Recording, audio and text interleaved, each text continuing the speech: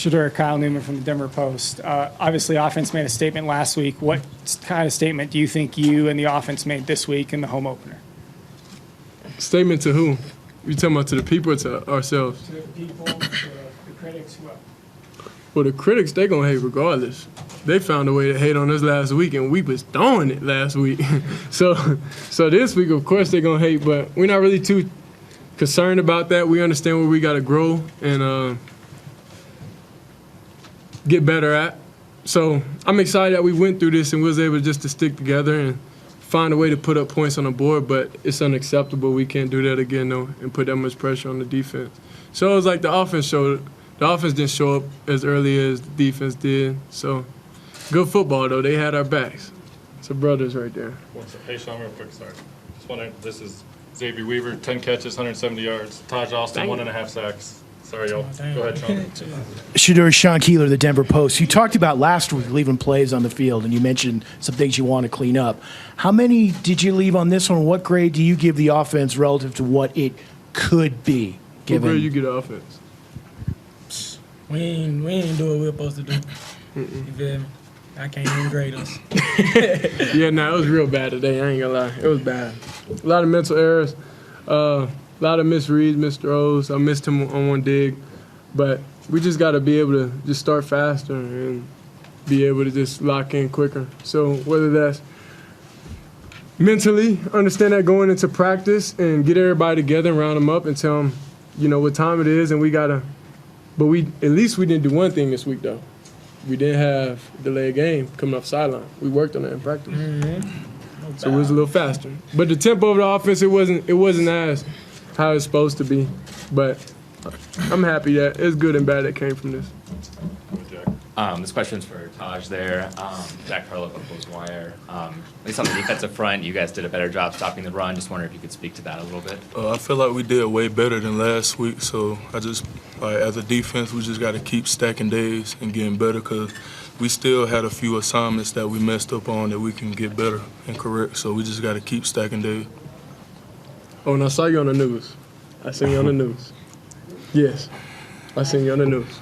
I saw you on the field. Nah, Darius told me, he was like, "Oh, she be in the press conferences. I didn't know that." So I turned on my TV. First time I watched TV, I see you on there. I loved it. I loved it. Yeah, Joe Rico, Mile High Sports Radio is the final word. My question is for Xavier. Hey, another 10-catch day. You're making a big name for yourself, and can you talk a little bit about the receiving corps? And I thought Shedeur's be a little humble with 393 yards passing. I think you're doing pretty well if you can call that a bad day.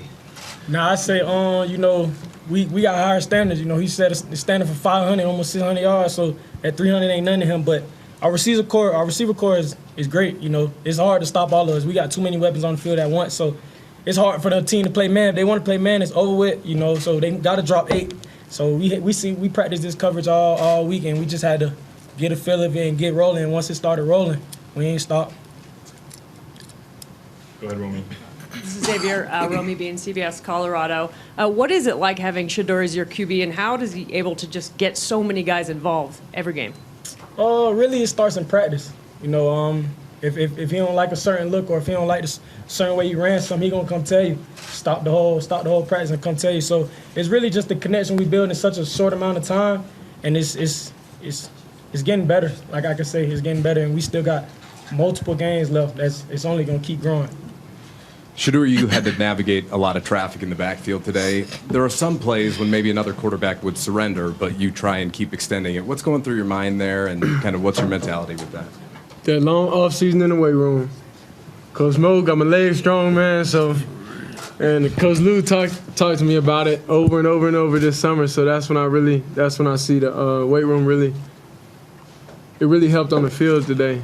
So it's like it's hard making one guy miss that ain't nothing. That's gonna happen. Like you've seen in the one they call incomplete. You've seen it. But no, it's really the weight room. No, it's really the weight room. And we don't really. I don't really have too much quit in me like that, and I'm just not going for that. Everybody's regular people to me, and me versus them, I know I'm better. Go ahead, Ariel. Ariel Arsudo, 9 News. Question really for any or all of you. You guys had quite a reaction to your win last week, which was really kind of us against the world. What is your reaction this week when you've now put 2-0 against, really up against there? I feel like we know what type of group we got. We just got to keep staying hungry and stacking days, and I feel like the sky's the limit for our team. What you think? Oh. Nah, I feel like getting the second win, grateful, appreciative of it. But, you know, whenever you coming off a high, like, as in we winning, everybody's talking about us and stuff like that, we got to be able to lock in and stay focused. So that's really where the second game came in, to where we were able, okay, we won. Everybody's talking about Colorado. Everybody don't believe us. Now they're believing and stuff like that. So now we got to be consistent. So the fact that we was able to go out there and play good football, the defense was able to step up for us, and the offense took us time to get started. It just shows us, like, our teammates and how we are for each other, and that, you know, when times get tough, we can lean on each other. Jake, go ahead. Jake Schwannis, DNVR. Question for Taj. You guys didn't have any sacks last week. What was it like to come out and have the game you did and just perform overall as a defense? I feel like it was a lot of fire for all of us as a unit, because obviously it's not good when you have a whole game and nobody on the D-line gets sacked. So this week I feel like it was real personal for us, and I feel like we had to achieve our goal. We just got to keep stacking days.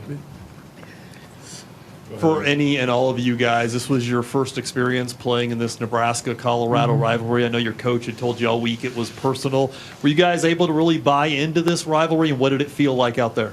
It was extremely personal. We go out there, warm up. You got the head coach for the other team trying to stand in the middle of the buff. Like, it's okay if like, a couple players do it. It's fine, you know. Like, just enjoy the scenery. But when you got the whole team trying to disrespect it, then I'm not going for that at all. So I went in there and disrupted it. So they knew off rip, like, nah, the Buffaloes mean a lot to me. And personally, that's what I was saying pregame, and that's when I knew it was just extreme disrespect. And that's why it was the coach said a lot of things about my pops, about the program, but now that he want to act nice, I don't respect that, because you hating on another man, you shouldn't do that. So it was just, all respect was gone for them and their program. Now I like playing against their DC, I like playing against them, but the respect level, it ain't there, because you disrespected us first. Xavier or Taj, do you have anything to say about that? I'll go off what he said pretty much, yeah. Like, when he told us it was personal, we did our homework and seen why he meant that, why he said that. But, yeah, it was a lot of disrespect going on. I remember pregame, we was in the middle huddling up. They punting the ball into almost hit our head coach in the head. So it was like, yeah, it's personal after that. Like, we wanted to run the score for real. We ain't do what we really supposed to do.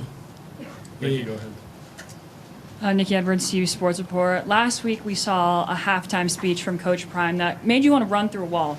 This week, what did he say in that locker room during halftime to get you guys in the zone and ready for the second half? He just pretty much told us, like, it's personal. Like, you wouldn't want nobody coming in your house and doing whatever in your house, right? So it's personal for us. And I feel like we approached it that way every day in practice this week, and the results, like, showed itself. I was in the locker room, you know, getting my back, a little massage a little bit. I held on to the ball a little bit too long first half, so I missed the speech, kind of. I missed that.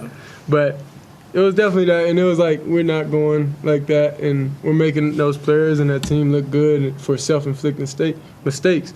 We had a lot of penalties on offense that we can't afford to have. We had intentional grounding, missed a couple throws. Like, it was bad.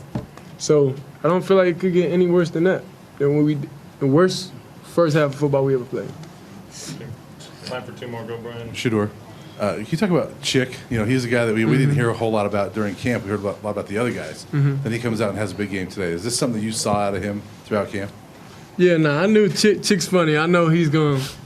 One thing about the receiver group, it's all family. And the first thing we did when we all got together is tell them, like, hey, don't be in your feelings about nothing. This may be your game. This may not be your game. Everybody got to stay level-headed. When you got a lot of talented guys, you know, some people got to wait their turn. So that's just the whole thing when you handling that many talented players in one room. So Chick knew his time was coming, and he told me, I got you, bro. Like, each receiver, we talk different, so to where I know they're ready and they're focused. So Chick worked with him over and over and over. So now he got the exact look that we wanted, and he did what he was supposed to do. Go ahead, Matt. Hey, Max Olson from The Athletic. Question for Shedeur and really all you guys. What's going through your guys' head with 1 second left and the fans are rushing the field, and how did you get out of there? Man, I'm like, this is my first time somebody rushed the field, so I'm excited for it. Then it was bittersweet because I started getting beat up in there, so it looked fun, but I'm telling you, stay out of that.